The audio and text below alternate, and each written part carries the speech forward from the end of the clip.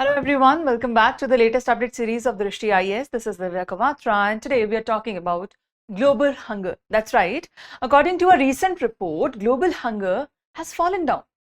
Strangely, it has fallen down, but there are certain surprises in the report that we need to understand for both prelims as well as mains. All right. So let's begin and let's understand what the report is, where did it come from and what does it say. All right. One by one, we'll talk about all of that. First of all, the report is the State of Food Security and Nutrition in the World 2026 report. This was released on July 21, 2026 by FAO plus FAO of UN plus, what is FAO? Food and Agriculture Organization. That is a body of UN plus its partner agencies. There are certain other partner agencies associated with this research and the data, and they have estimated that 7.8% of the world's population faced hunger in 2025. That amounts between 608 million and 696 million people with an estimate of 645 million. The share is down by 8.1% in 2024, 8.6% in 2022. That's why we say it has fallen. They say that the decline represents 14 million fewer people are facing hunger. That means 14 million people have come out of the hunger portion of the word, right? Exactly. They've improved their status, their income, and that's why now they don't fall under that category, and 43 million fewer than 2022. And this is going to show slow but global improvement, right? The improvement is slow, but it is global and it is consistently happening. That is a very positive thing right now, right? In the ray of so many negative things, finally a positive thing that global hunger is going down, right? To think and imagine that in word, even today, people are dying out of hunger. They don't get the food, and by hunger, their body consumes itself. That is a terrible way to die, right? But the report says things are improving. 645 million people, 7.8% of the global population. Just let's take a look at the close data. Modest improvement from 8.1% in 2024 to 8.6%. Modest improvement, not a lot, slow, but still very significant, right? Still it is elevated, 61 million higher than COVID 2019 levels, right? The levels are still higher. However, there is a certain twist into the data, as in what happened was, in this report, for the first time ever, we have seen that Africa has overtaken Asia as the top hunger hotspot. Up till now, we had Asia as the top hunger hotspot. For the first time in the record, Africa has overtaken Asia in total number of hungry people. 309 million in Africa versus 292 million in Asia, right? So this has improved in Asia, but at the same time, Africa has taken up the hotspot position. That means 1 in 5 people in Africa, that is 20%, face hunger, an 81% jump since 2010. Why? Because of the conflict, climate shocks, high debt, and import dependency. These are the possible reasons that are being cited why Africa is seeing a rising trend of hunger, while other countries or other continents are definitely seeing a declining trend. Just for the example, Asia, right? Asia has done large scale improvement, but Africa has not been able to do the same.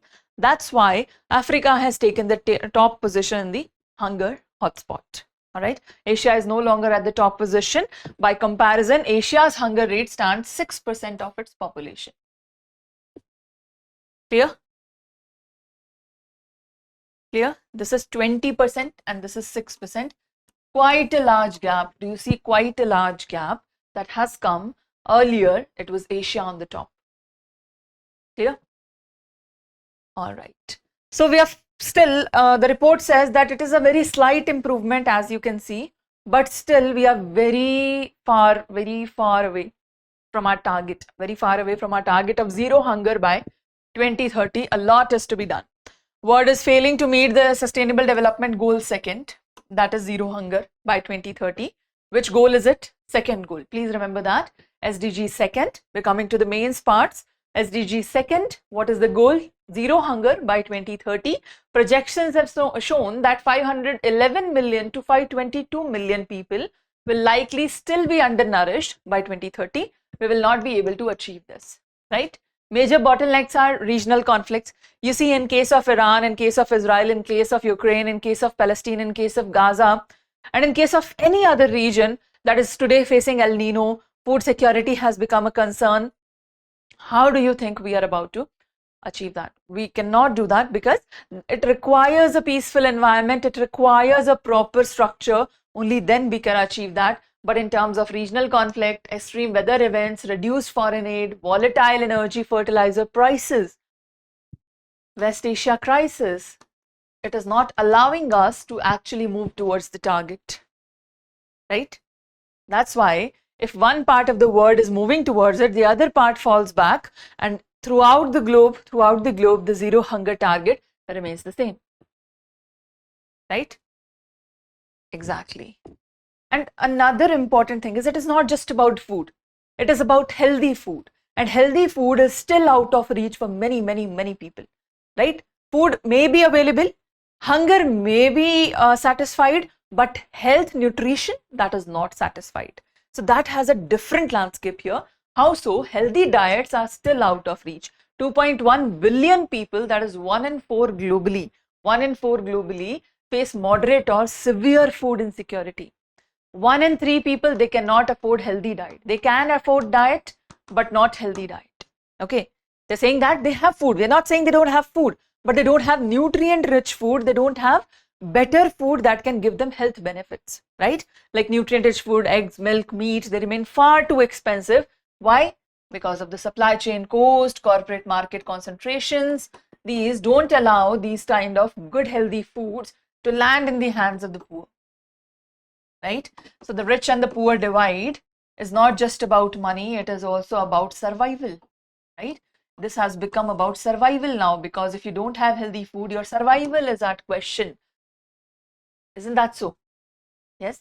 So this is also another rising concern, that even if you are providing food, you are moving towards zero hunger by 2030. Are we really moving towards healthy food, or are we just trying to change the numbers, right? If their lifespan doesn't change, if their health doesn't change, does it really matter if you have zero hunger? Would it really matter? Would it be a very good achievement? It would be an achievement, yes, but would it be a very good achievement if people are still unhealthy and they don't have the capability to work, to survive? What good would that zero hunger do, right? So they're bringing into attention that it is not just about food, it should be about healthy food. And while we are making so many efforts, why not make efforts towards healthy food directly, instead of going first, let's eliminate hunger, then we'll come to nutrition? Why take the long path? While you're investing so much energy and money onto it, invest directly into healthy upbringing, healthy food. The target is anyway like possibly not achievable, right? Maybe by some miracle it can be achieved, but right now, according to the projections, it is not achievable anyway. So if we are dragging out the timeline, why not drag it out to the point where we provide them healthy food instead of just food? Yes, that is what the article is pointing out. So in comparison to all that, let's see how India is doing. Yes, we've seen Asia, we've seen Africa, we've seen global. Let's see what India has done amongst that. So significant long-term drop in hunger has been seen in India as well. As a part of Asia, obviously, India has also seen that. Have undernourished share, the proportion of undernourished Indians that dropped from 21.1% down to 9.8%. All right, 100 million plus lifted out of undernourishment. Absolute number of undernourished individuals has declined from 243.9 million to 142.5 million. That's quite a decrease, approximately 100 million, right? Exactly. Remaining scale is 100 million people in India still experience chronic hunger. Okay, not just hunger, chronic hunger that is going to take their life. 100 million people face that. And in terms of healthy diet affordability, this is just for hunger. If we talk about healthy diet affordability that drives global progress, substantial gains have been done. How so? In 2025, 35.5% population were unable to afford healthy food. 35.5% population could not afford healthy food. But here, what we have seen, a steep drop from 59.8%, that is in 2017. In 2017, we had 59.8% people. Now it is 35.5%. We've taken a good steep. That means more and more people are able to afford healthy food now, right? Exactly. In terms of global impact, UN explicitly noted, in terms of the report, they have explicitly noted that India is the primary engine driving down affordability deficits across lower middle income countries. India is doing that. It has been explicitly noted that excluding India, number of people unable to afford a healthy diet in these countries would actually be increasing. Had India not worked so hard, the data would not have gone down but gone up, right? It would have risen up from 59.8 instead of going down to 35.5. The achievements of India, the policies of India, the outcome that it has brought down has been appreciated. Yes? Exactly. The rising food cost, however, is a concern. It is, however, a concern. Nutritionally adequate diet in India costs $4.11 per person per day. Due to inflation across storage, transport, etc., it has seen a surge from by nearly 48%. The pricing is, however, a concern, and that is also not because of our policies, but because of inflation, and that inflation is driven by either COVID or outside events like West Asia crisis or uncontrollable events like El Nino, right? Exactly. So we cannot control that exactly. So it is not about our policies, it is about the conditions we are in. Still, we are doing very good. Pricing, however, is a question and a concern. We'll work on that, but still very good improvement. All right. Yeah. But in terms of child malnutrition, there have been certain indicators here. Let's understand child stunting under the age of 5, 32.9%. And past baseline 41.7% in 2012, we've seen improvement. Child wasting under 5, 18.7%, highest globally. This is highest globally, persistent public health concern. This is the part where we have not been able to improve. That is child wasting. Child overweight under 5, 3.7%, up from 2.1%, emerging dual burden. This is the dual burden. One side you don't have enough food, one side you have obesity. How do you tackle that all together? You need to make them eat to have good nutrition, but then they are obese, so you need to make them stop eating, right? Not exactly stop eating, but still you have to manage the diet, right? So this is a dual burden that is coming forward, and India has to be concerned about it. Under 5 age people, children, not people, under 5, children under 5 are also facing obesity today, right? That is concerning. Let's take a global comparison with the same. For India, 9.8% declined from 21.1 in 2004. That is undernourishment. For child stunting, 32.9%. Child wasting, 18.7%, among the highest globally. Please mark that, among the highest, right? Not doing good at all here. What are the structural drivers? High fruit grain buffer, high cost of nutrient dense diets, sanitation gaps. These are the causes. For China, just look at this, 9.8 and 2.5, less than 2.5. Negligible undernourishment. Child stunting 4.7, 32.9 and 4.7, approximately 4.7. Just look at the data. Child wasting 1.9%. Modernized agri-food supply, high dietary diversity. Obviously, they're doing very good. Sri Lanka is also doing much better than India, right? 6.5%, 13.2, 10.1. Nepal even is doing much better, 5.2% as compared to 32.24, the 9.6. Not that better, but still better than India. Bangladesh 11.23, 9.8, close to India. Pakistan 18%, 6.5%. 13, 9.8, 32, and 18. And here 18, 34, 8. This is good, but other than that, not good. Then global average 7.8, 23.2, and 6.6. This is what India is performing, how India is performing as compared to the global top countries and our neighboring countries as well. Clear? Is that clear? All right. This is the global structure. Okay? Yeah. An information for you all, Drishti IAS has released UPSC Civil Services Mains previous year questions, 13 years of previous year questions here. All right, you can access this booklet because it has theme-wise PYQs.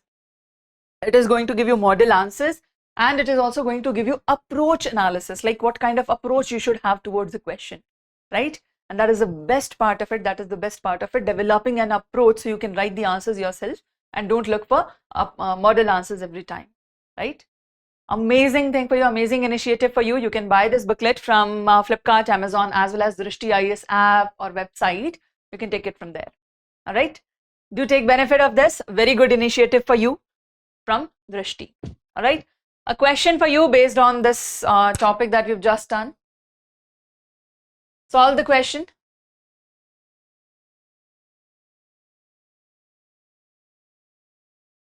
Solve the question and give us your answer in the comment section.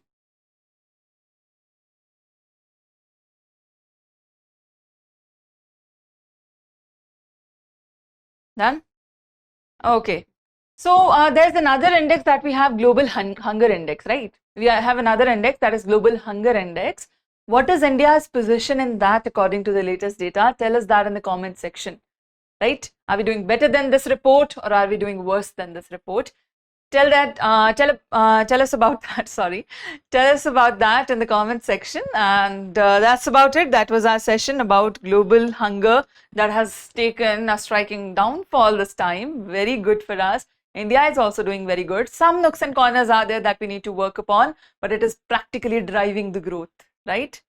Exactly. That was the topic. Thank you so much for joining in. See you in the next session. Till then, take care. Thank you. Bye-bye. For more informative content, like, share and subscribe, and do not forget to press the bell icon to get the notifications.